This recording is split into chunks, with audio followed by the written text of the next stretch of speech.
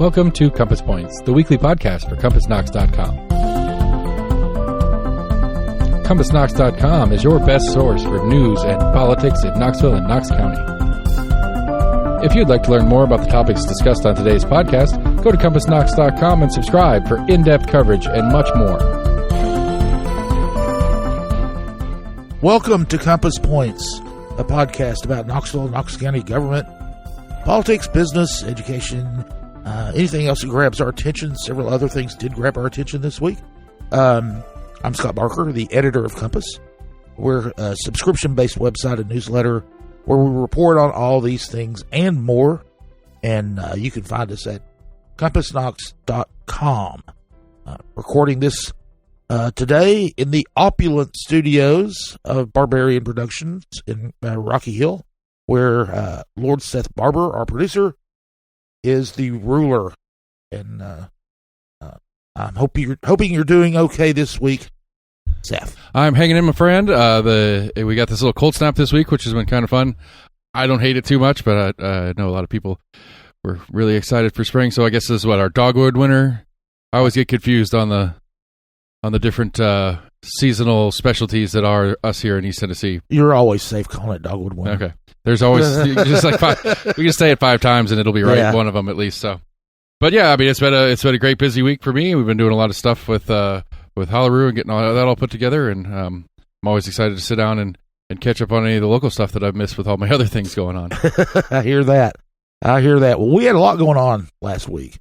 So, first of all, we're coming up on opening day of the 2025 baseball season, which is the first in the city of Knoxville since in 25 years. The Smokies have opening day next Tuesday.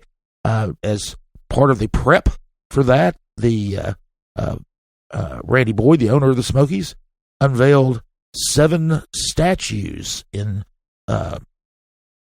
Covenant Health Park, and we'll talk about those and why that's important. And then we'll also talk about the sculpture in Cradle Country Music Park that has finally been finished.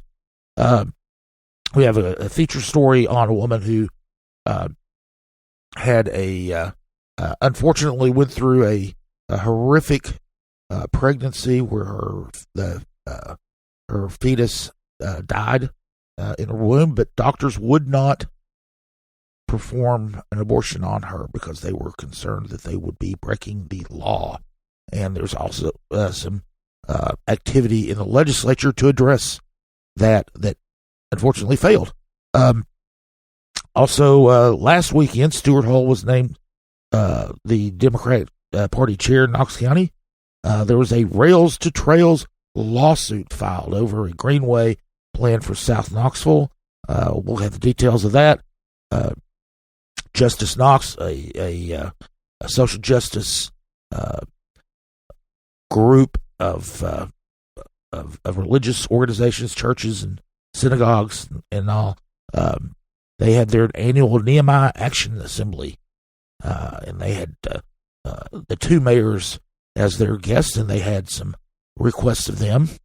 But we'll start out by the big news at the end of the week, and that is that Jim Clayton, the founder of Clayton Homes and big philanthropist in the community, as most people know, decided to pull the plug on the science museum, the interactive science museum that he wanted.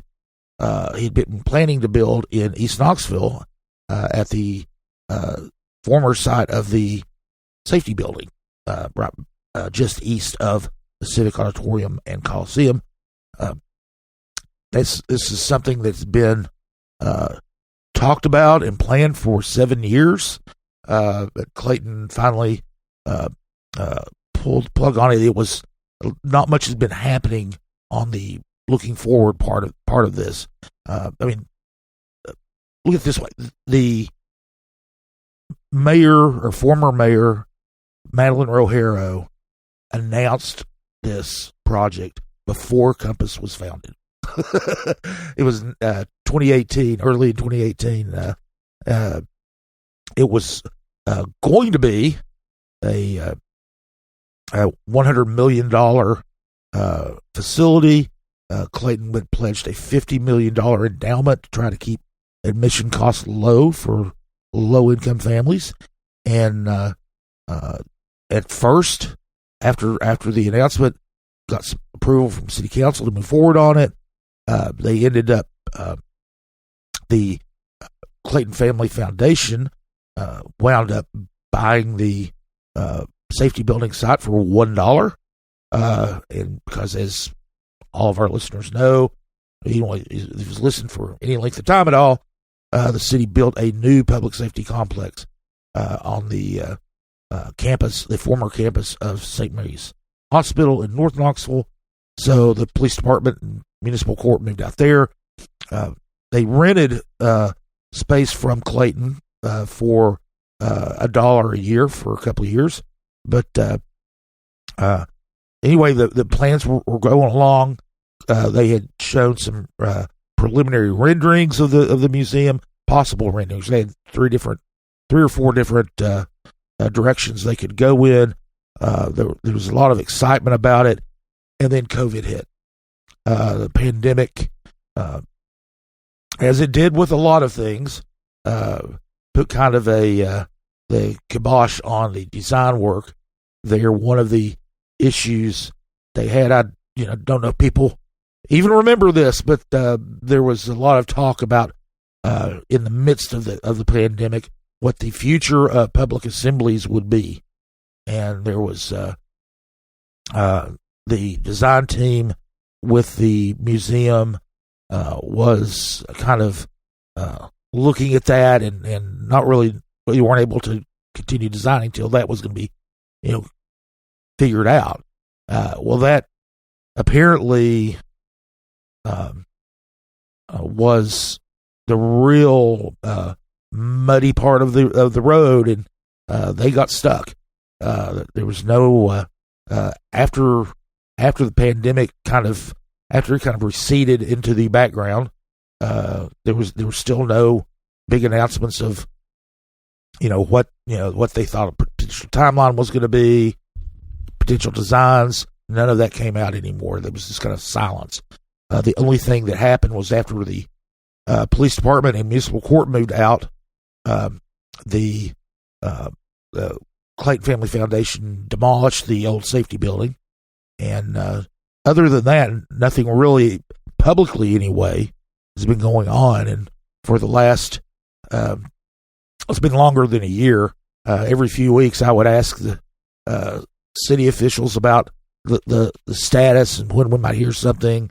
They kept saying that Clayton was still going to go ahead with the project, and that went on, and finally, when we asked last week, they ended up saying that Clayton had told them that he was no longer going to build the museum. So the Science Museum there is no longer on the drawing board. It's in the put back on the shelf, as they say. So the one thing, there are a couple of for the city, there are a couple of silver linings on this. One is they got the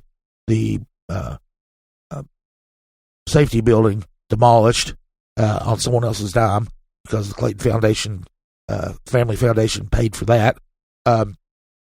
And there's now an 11-acre site cleared.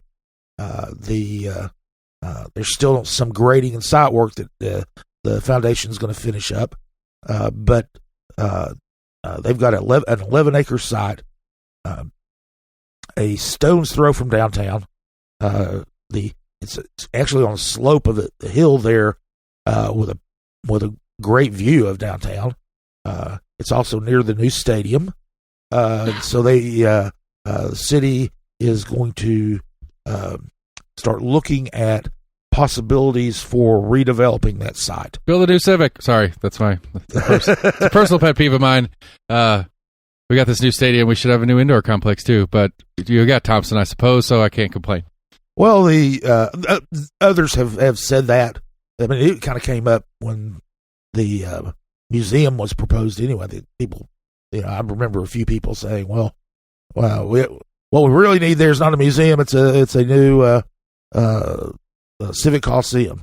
And there's one big problem with that, because those indoor facilities like that cost about $150 million or more, and there's not a we don't have a superintendent like a pro hockey team or basketball team or something like that. There's not a billionaire ready to pay foot part of the bill. And we do have a professional hockey team. In fact, the best argument for the need for a new Coliseum is that the Ice Bears play on a rink that is too small. It's not the official size of an ice hockey rink. So, and they can't, it takes up all of the space of the floor. So there's no way to fix that inside the Coliseum. But like I said, there's no Randy Boyd associated with the Ice Bears that I'm aware of, who would be willing to put up a few million and help out the city to build that. And this would be a city-only project. And remember, the city and the county just, the baseball stadium just now got finished being built. There's still a few years of debt left on it, and just a couple, and about 2 times 15. Actually, it's about 30 years of debt. And remember, and a lot of people don't realize this: the city is still paying the debt on the convention center. So I have a couple more years left on that. So that is highly unlikely to go there. But it's a prime piece of real estate right there. Like I said, it's 11 acres. It's sloped, but it's not unbuildable. Right. Since I'm making jokes, let's see if maybe UT will buy it and build a new dorm room or something, or dorm facility over there. That sounds like something UT might want to do. UT's not even building dorms anymore. They're getting private companies to build them for them. Yeah, but they still buy them. They still they own the land and the building. They own the land. They don't own the building. Right. Either way, let's see if UT can expand to downtown. Oh. Well, they already are. They're moving into the architecture school is occupying space in the old Southern Railway terminal. So, and they've got some other spots downtown too. So, UT is they're moving everywhere. Like I think we said a couple of weeks ago, they're going to move it out to Cherokee Farm, or not Cherokee Farm, excuse me, Cherokee Mills. So there's a piece of property there for anybody willing to develop it, who wants to contact the city. But I think a lot of people are disappointed that the Science Museum is not going to be built. When it was proposed, there was a lot of excitement about it because it would be a cool thing, a very cool thing, great for kids. Especially there were going to be the Clayton team visited, I believe it was 43 museums across the country and some internationally to check out what they did, what their exhibits were like, draw on the best of those. It was really going to be had a promise to be a fantastic state of the art quote unquote facility. So, but it now goes into the category of what might have been, and we have not, as of the time of this recording, which is Friday morning, have not been able to reach Mr. Clayton for comment, and of course wanted to know, why precisely he decided to kill the project. Don't know if it's cost. Don't know if it's just got disinterested over time. Don't know what it is. Is he going to have to give that $1 back? He doesn't give the $1 back, but he has to give the land back. So, so all this, and he made $1. That's messed up. He made. No, he lost. He actually lost a lot more than that because he demolished the. Yeah, fair enough. The building. So, his only income was a couple of bucks, from rent. Anyway, so we're really looking forward to finding out what will go in its place over in East Knoxville. An event that happened on Tuesday that happens every year is the Justice Knox Nehemiah Action Assembly. That was in the Civic Auditorium over there, the same part of town. This is an association of about 20 congregations, of all different faiths, all different denominations, and the thing that unites them is a commitment to social justice. Now, this group has been probably of all the groups that try to affect social change and whose goal is to balance the scales of social justice. They're probably the most effective, and one of the reasons is they do this year round, and they actually engage the public officials they're trying to persuade. They don't protest; they engage in the. Protest is great, but they also engage. And every year they have this assembly where they get together and they have requests that they make of local officials. About 1,500 people showed up at the Civic Auditorium last Tuesday. The organization's two biggest priorities are housing, as we all know, major housing issues in Knoxville, and transportation. One of the points that they made out is, rent has gone up 56% in the last 5 years, and wages have gone up only 3.4%. So we're rents are going up, but pay is not, and we all know what happens there. There are people who are who face eviction in higher numbers. About 150 households every week are evicted, and it's a real problem. They invited Mayor Indy Kincannon, City Mayor Indy Kincannon, and County Mayor Glenn Jacobs, and presented them with some requests. One of them was a pledge by Jacobs to fund a tiny home project for homeless veterans, and to develop a plan to house the 120 identified veterans who are homeless in Knox County. They know exactly how many. These are the people that are in the system in one way or another. 120 of the people who are homeless in Knox County, at least, are experiencing homelessness. So, are veterans rather, and they also got a commitment from both mayors to assess the eviction prevention program. This is something that Legal Aid East Tennessee does. They advocate for free in eviction court, and with the goal of prevent. Of course, they would like to keep people in their housing. Their big goal is to keep them from getting a judgment against them, so they can. Because once you get a judgment against you for an eviction judgment against you, it's almost impossible to rent anywhere, and can't get public housing. Landlords won't rent to you, all that. So, but their funding is running out in a couple of months, and actually, I think it's next month the funding runs out. And Justice Knox secured a commitment for $300,000 in funding to kind of help them out.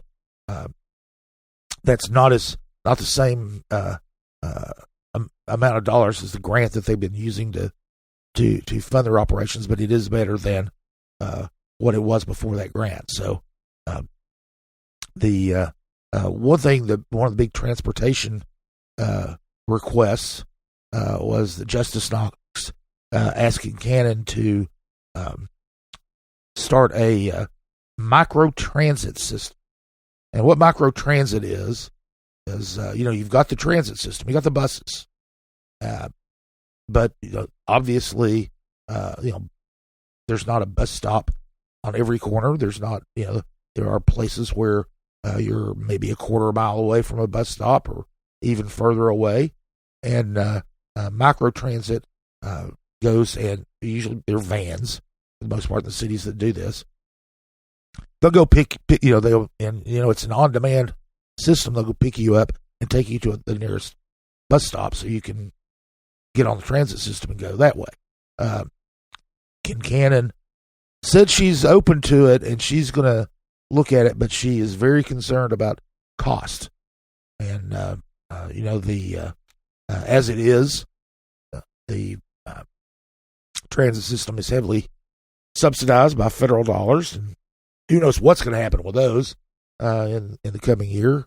That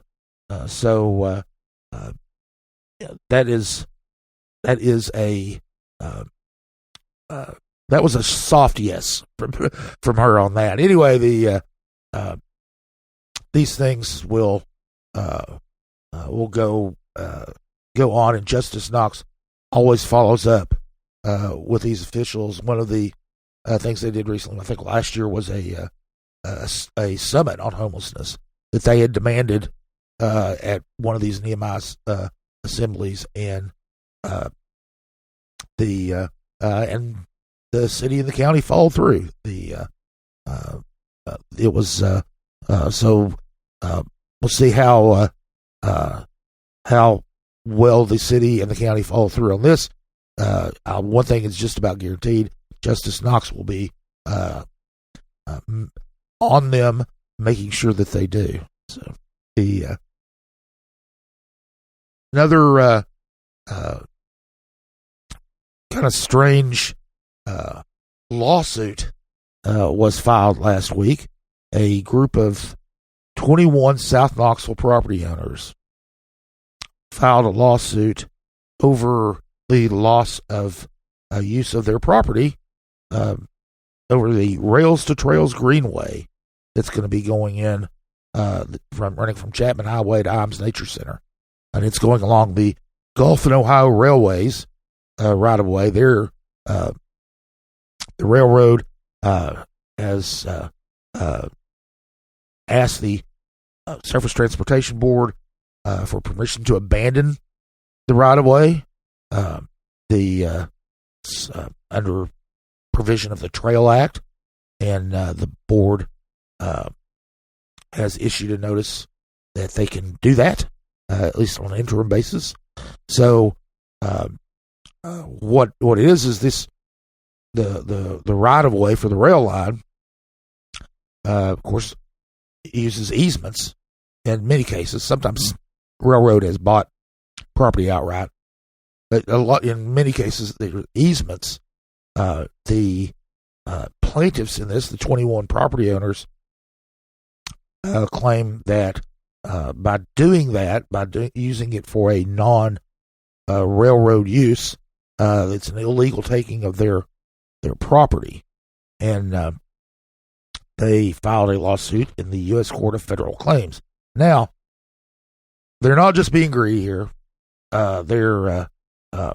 This is something that goes on all the time under the Trail Act. It's almost a subculture of the legal profession, where the lawsuits get filed in the U.S. Court of Federal Claims, which is a court nationwide jurisdiction that settles monetary complaints. And there's a law firm from St. Louis, Stuart Hohl Smith, and all they do is sue under the Trails Act on these Rails to Trails projects, and it's almost like an automatic thing. You go in, you file a lawsuit. There's a pool of money. You file it against the federal government. There's a pool of money there. They give you compensation for your property, and it's pretty pretty sweet for Stuart Walden Smith. Yeah. That if we're going to pick a greedy player in this one, they're the ones that get their lawyer cut every time they do this. Yeah, and we reported last year when they announced the Rails to Trails greenway there that going, as I said, from Chapman Highway to Iams Nature Center. We reported that they were in town, going to meet neighbors, trying to meet people, and soliciting clients, and they got 21 takers. So don't know how big these settlements actually are, but it's enough to keep. They're enough nationwide to keep at least one law firm busy 24/7. So now, one thing about this is, as I said, this is just a monetary claim. They're not trying to stop the project.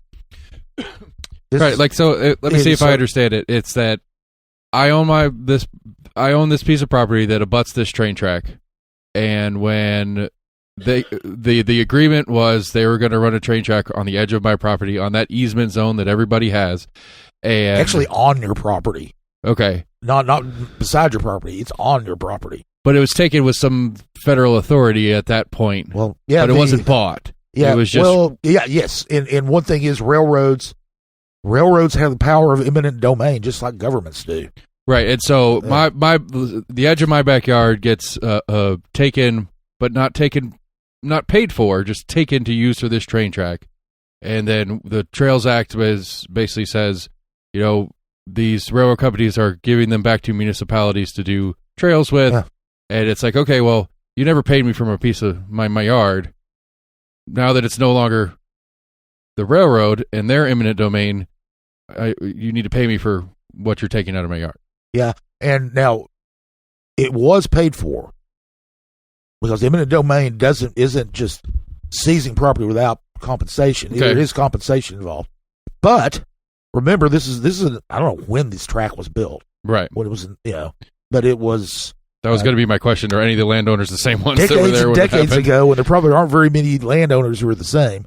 So, but because it's the change in use, because the easement was granted, and the easement was, and the whole reason that railroads have the power of eminent domain is to use this property for railroad purposes. And when you convert it to a trail, it's not a railroad anymore. Right. Okay. And so the property owner at one time got compensated for an easement for a railroad. These property owners now will be getting compensated for an easement for a trail. So I just this may be too far in the weeds, and I apologize. But so when the original agreement was made, where they took the easement for the use of the rail, it's at least assumed in that agreement that if it's not used for rail, they're giving the property back. Like if they had abandoned this train track and didn't turn it into a trail, the property owners would get their property back, or there are a lot of abandoned rail lines. I don't think so. Okay, I was just curious as far as I would think that if they left the track down, it could still be used as a railroad, even though they wouldn't, they might not ever use it as a railroad. Right. Okay. But right, they won't officially, like on paper, abandon a track. Yeah. Unless they're going down a road like this. Yeah. They wouldn't abandon a track just because they don't use it. I mean, they've technically abandoned it insofar as they don't use it, but they're not abandoning their ownership of it. Right. Gotcha. Okay. Just curious. Anyway, in this this greenway has been it's been talked about for a long time. Originally, it was going to go beside the rail track, and now it's going to be on the railroad bed itself, and there's going to be at the Chapman Highway end of it. There's going to be it's going to be an art walk. There's going to be sculptures and other works of art installed along the way. They've got big plans for that, so as we said, the lawsuit does not affect those plans for the trail. That will move forward, and the big change for people here is 21 households will be getting a little extra cash.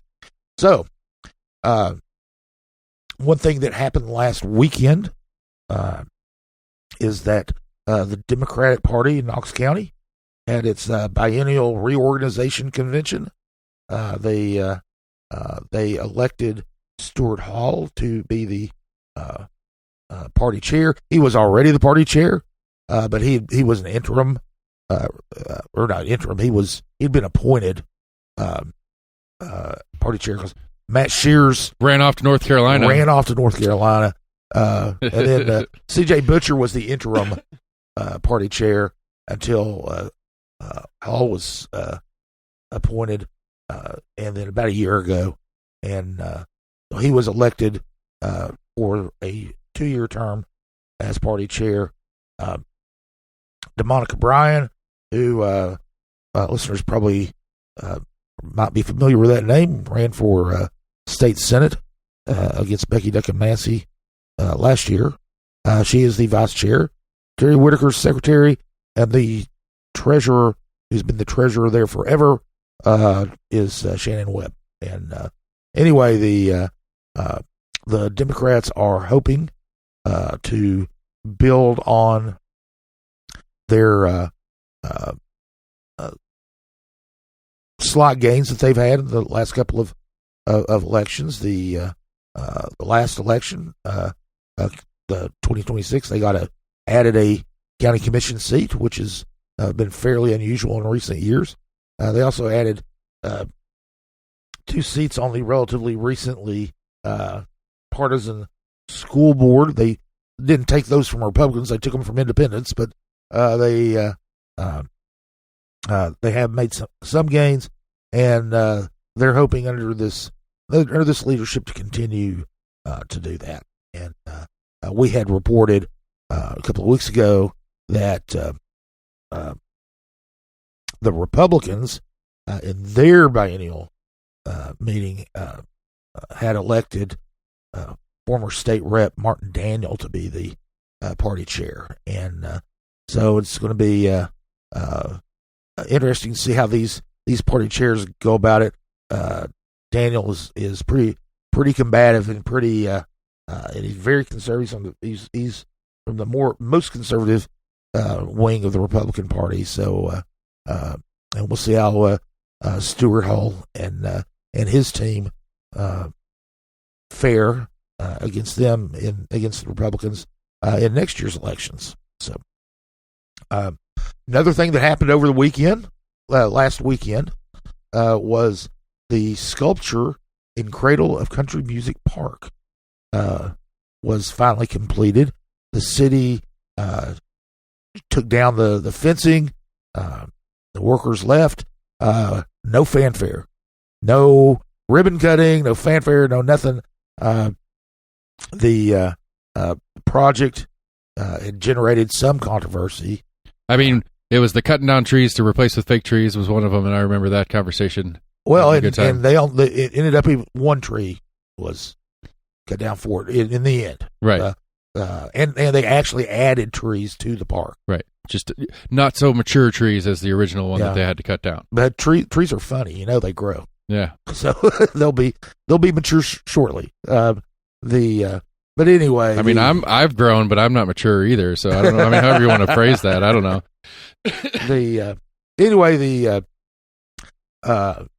Now this was something. This is a big project. It's a $1.2 million project. The overall that includes the installation, landscaping, all that stuff.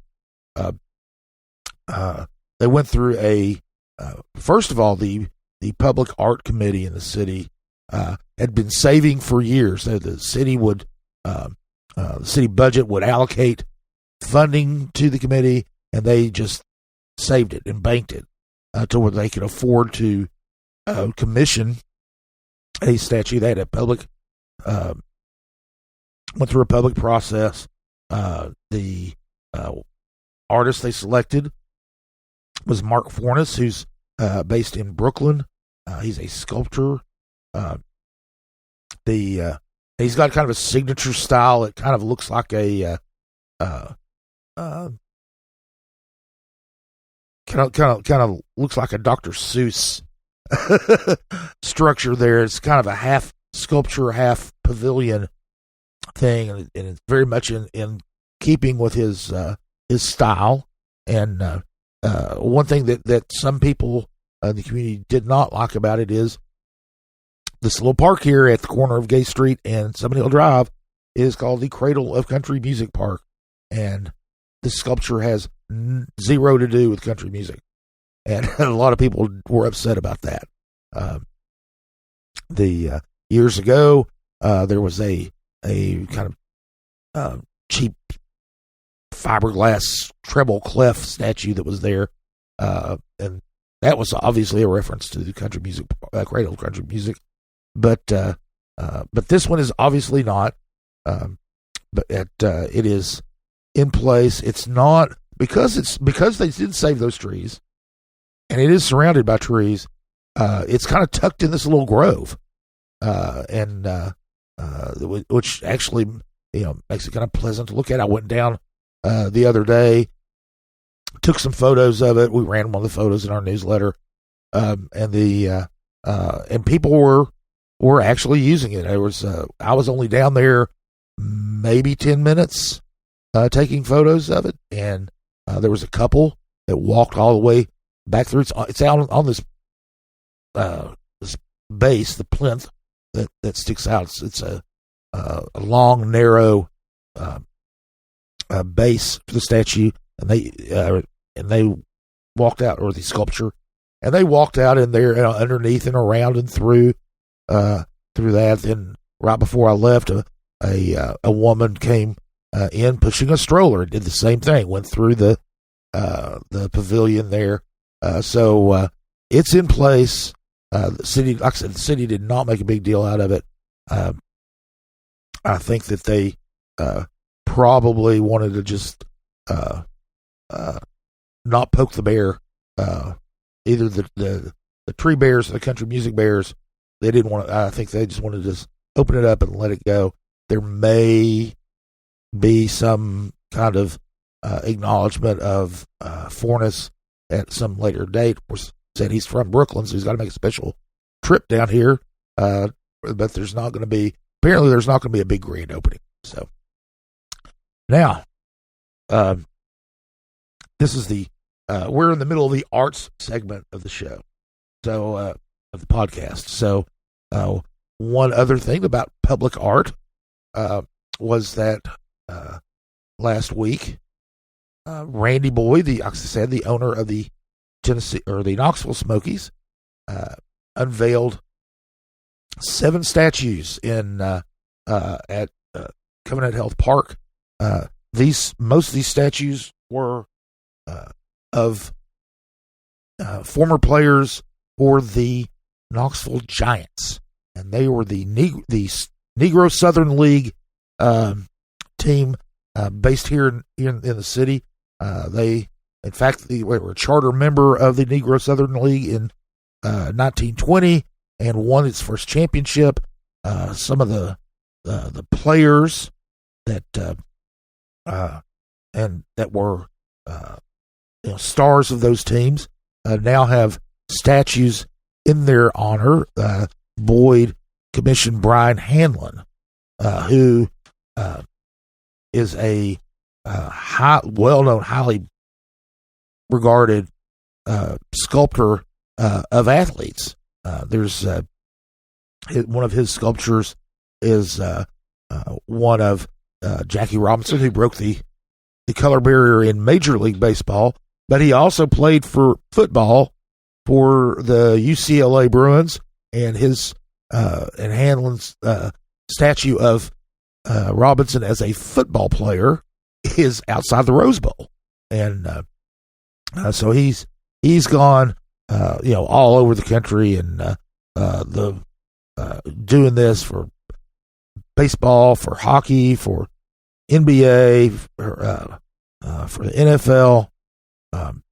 One of the things that they kind of joked about is in an article a few years ago, the New York Times called him the sports Rodin. So anyway, he created these statues. Most of them are there's 7 statues, and all 4 of them are in what's called the Giants pavilion, not pavilion. Anyway, of the eastern end of the eastern gate of the park, there's kind of an open space there. 4 of them are there. 2 of them are inside the stadium, and another is on the western end of the entrance to the stadium. And there's some interesting folks that were there. I mean, I didn't know a lot about the Giants. I knew that was their name, but that was about it. And there was several of them. One was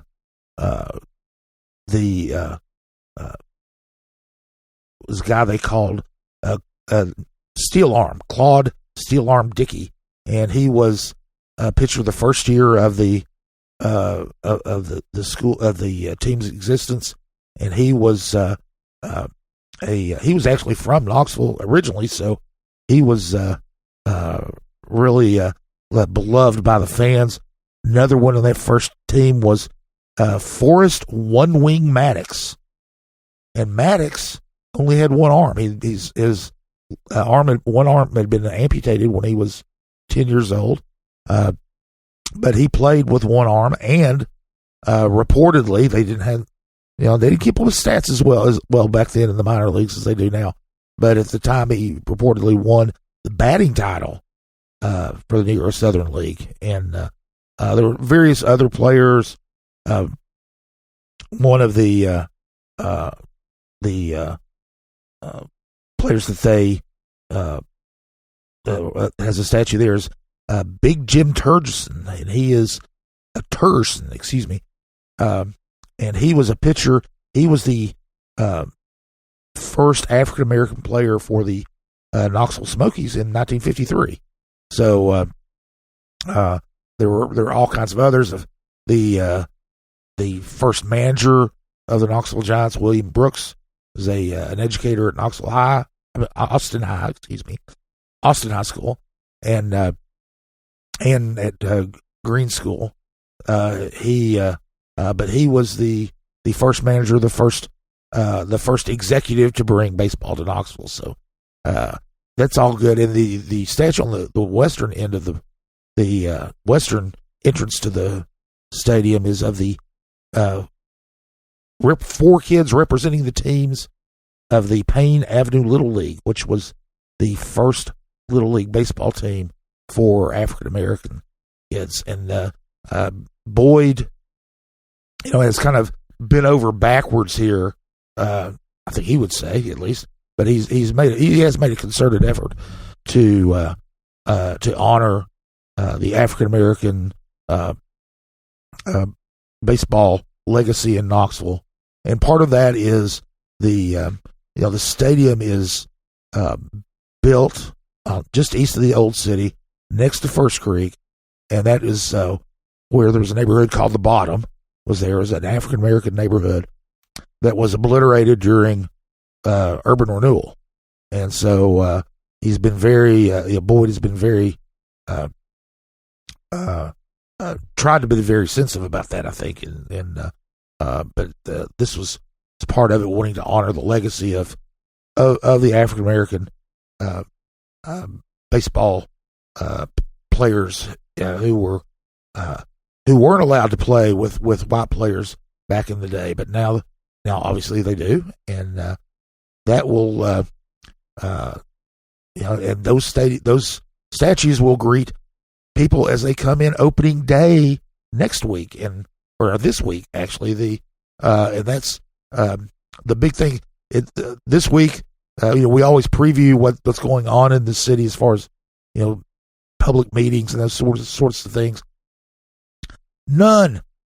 It's all baseball this week. The Sports Authority is meeting.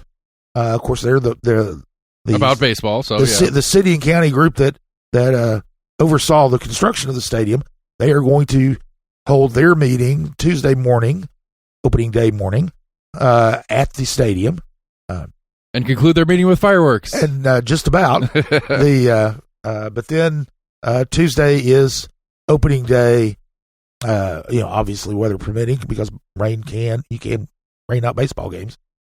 But the Oh wait, it's weather. That's my job. I'm sorry, I didn't. Yeah, have that. there's going to be. Didn't have that pulled up for you. But there's going to be a big celebration beginning about 5:30 outside the stadium.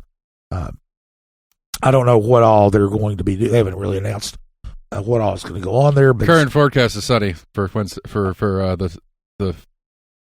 Nope, I'm sorry. Tuesday, chance of showers. Look out, everybody. Oh well. Hopefully, worst weatherman ever. You're right, everybody. I'm sorry.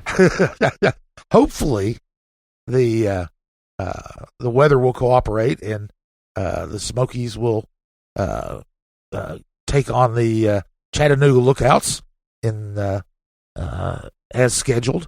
But like I said, there's a celebration about 5:30, and then at 7:30, I believe, is when the first pitch is out. We don't know who's going to throw out the first pitch.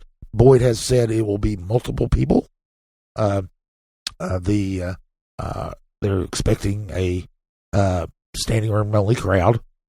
So it's but pro baseball is back, and I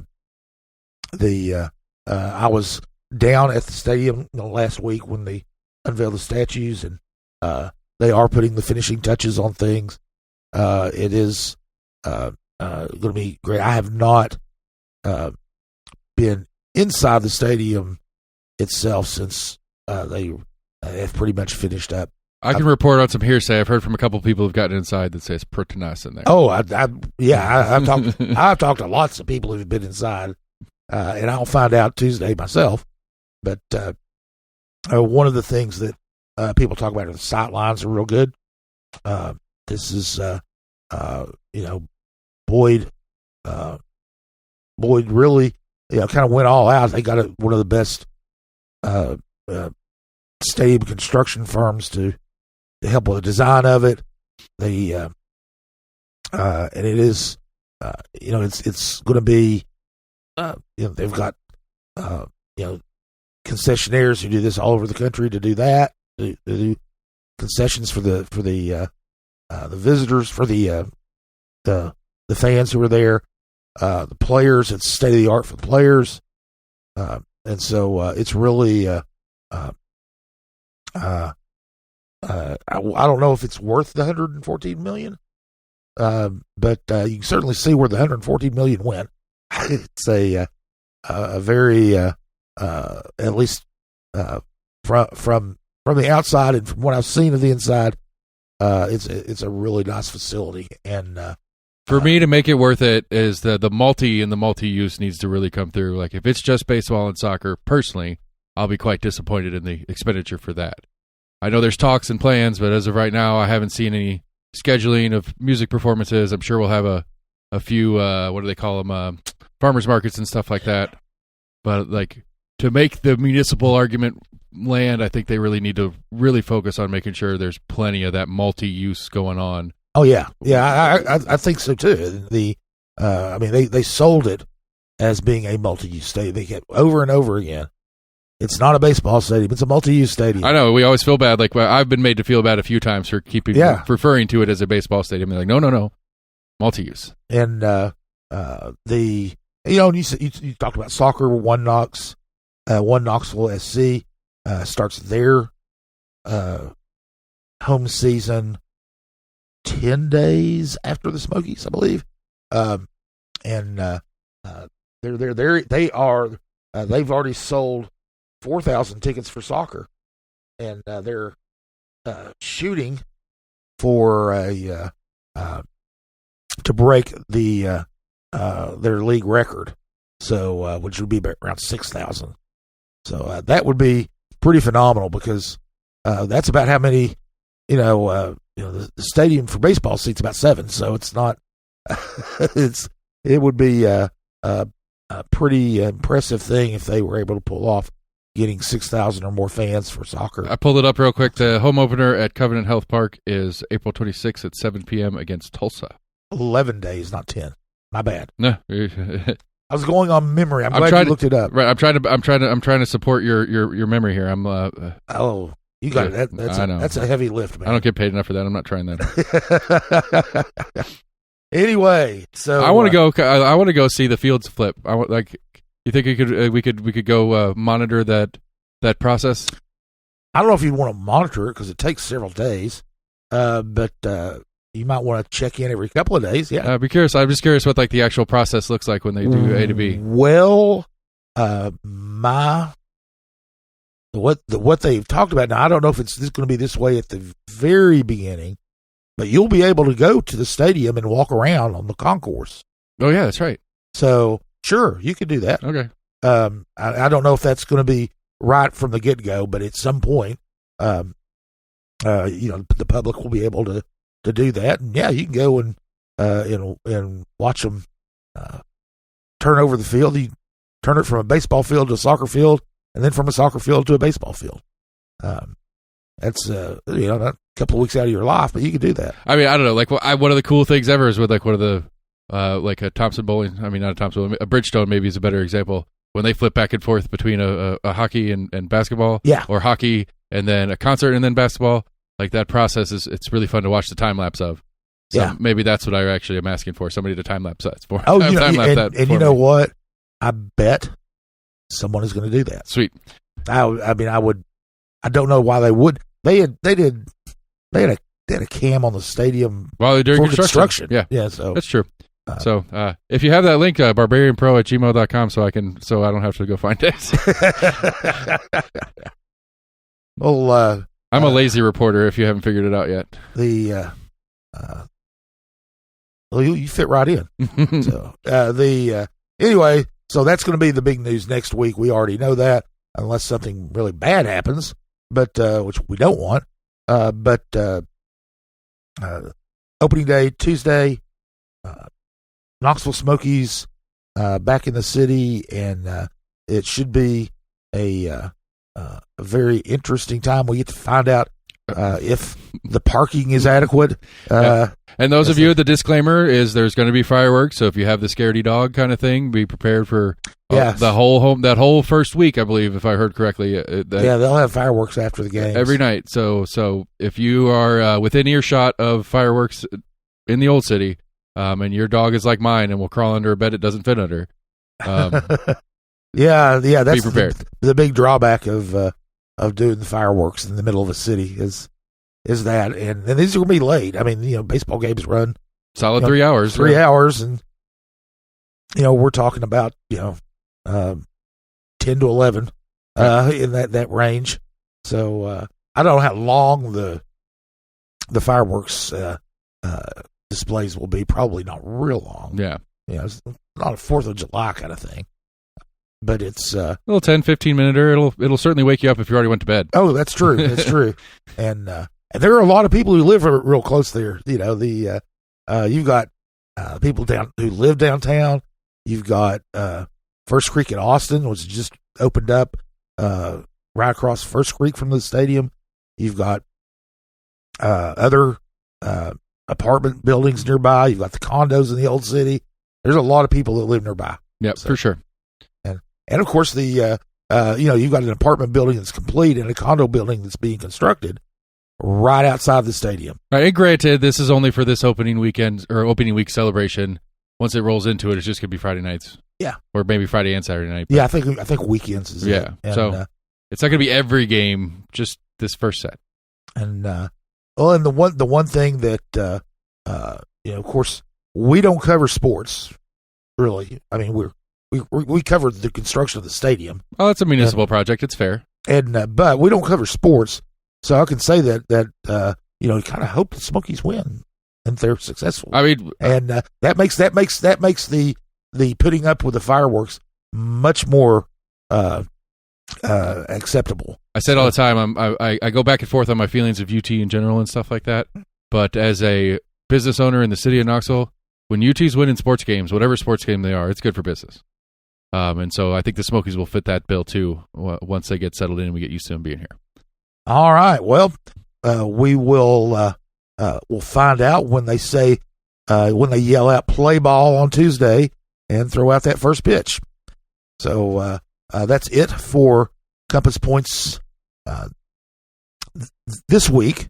And so we'll be back next week, of course, with more news. And I want to thank you, Lord Seth, for all that you do. Reporting the weather, you're right. I know. Reporting the weather and producing the show. I want to also thank Will Wright, who provides our music. And I want to thank you guys out there for listening. And we'll be back next week with another installment of Compass Points. CompassKnox.com is your best source for news and politics in Knoxville and Knox County. If you'd like to learn more about the topics discussed on today's podcast, go to CompassKnox.com and subscribe for in-depth coverage and much more.